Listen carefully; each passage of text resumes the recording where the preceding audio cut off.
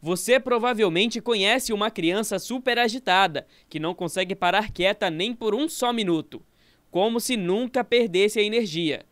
Esse é um dos sinais que podem revelar a hiperatividade, que muda o comportamento e pode trazer outros problemas, como o déficit de atenção.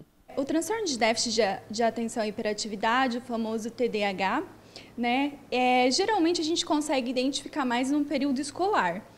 E porque geralmente no contexto familiar, geralmente é difícil a gente conseguir caracterizar o que é uma criança desatenta ou hiperativa no contexto familiar. E geralmente quando vai para a escola, aí já é os professores e a escola que acaba identificando, comparando a faixa etária, identificando que tem algo que está acontecendo com a criança que eles não conseguem identificar. Nesse momento acontece os encaminhamentos, mas já existem estudos que a partir dos 4 anos já consegue identificar o déficit de atenção. Tem diferença entre o déficit de atenção e a hiperatividade? Sim, ele é um transtorno, ele é classificado como transtorno de déficit de atenção e hiperatividade.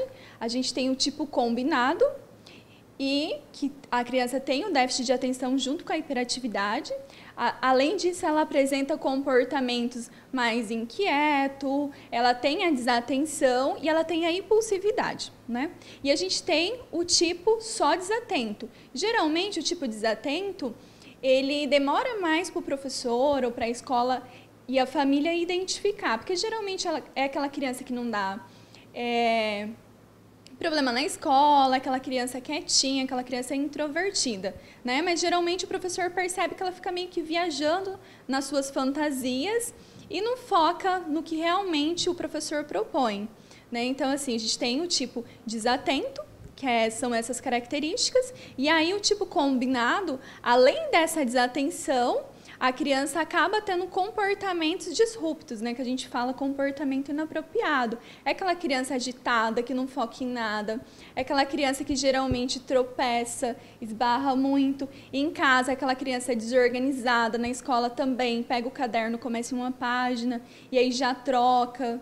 Então, geralmente, o tipo hiperativo é o que mais são encaminhados e que geralmente a família identifica mais cedo. No caso do tipo desatento e no hiperativo também, o que acontece falha nos neurotransmissores no córtex frontal, que é o responsável pelas funções executivas e o controle inibitório, né? Então, já tem alguns estudos que nos revelam que tem uma alteração aí, mas que é o responsável pela nossa atenção. Então, geralmente, não existe um medicamento para hiperatividade. A gente tem um medicamento para o controle da atenção. Hoje, o fármaco mais utilizado é o Ritalina para tratar esse tipo de transtorno e a terapia. E como é que os pais, os professores devem lidar com crianças que são hiperativas? Então, geralmente quando a gente percebe que os filhos têm essa característica, o interessante é procurar a ajuda de um profissional. É interessante também que esses pais percebam e que eles estruturam um ambiente mais calmo, mais tranquilo, um ambiente onde tenha uma estrutura de rotina, né? Porque toda criança precisa de rotina e a criança desatenta, como ela tem essas falhas no processo de organização, se eu tenho essa rotina visual, isso facilita bastante, né? E sempre que eu tiver quebra de rotina, aniversário, festas e outras coisas, eu preciso avisar com antecedência essa criança, né? E geralmente, quando eu trocar alguma coisa de casa, de lugar, é interessante também que eu comunique, já que eu estou estruturando essa rotina. Geralmente dá também comandos diretos, porque geralmente a criança ela não consegue atender 2 comandos de uma vez. Por exemplo, Joãozinho vai lá, pega a caneta e coloca lá no escritório. Então, geralmente a criança, o tipo desatento fala, o que você pediu? Né? Então, assim, dá um comando de cada vez, até que a criança comece a se estruturar e compreender os comandos e consiga executar de uma forma eficaz. A atividade física também é super indicado, que é o processo onde a criança vai gastar energia, né? Então, atividades físicas, natação, balé, aulas instrumentais também que acaba ajudando bastante e outras atividades de cunho que trabalha com o exercício. O que é interessante também é que os pais compreendam que a criança é criança. Né? Então, assim, é normal que ocorra comportamentos de pirraça, de birra, porque é o esperado de toda criança. Né? E que também perceba que quando isso passa do limite, alguma coisa ocorre.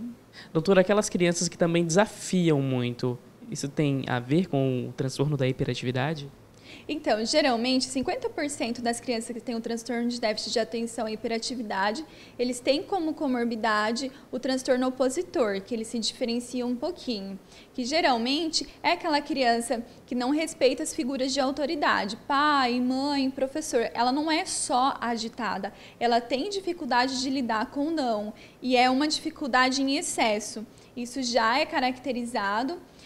Boa parte das crianças que têm a hiperatividade geralmente já aparece com um transtorno opositor também, e que acaba sendo um dos motivos que o professor encaminha.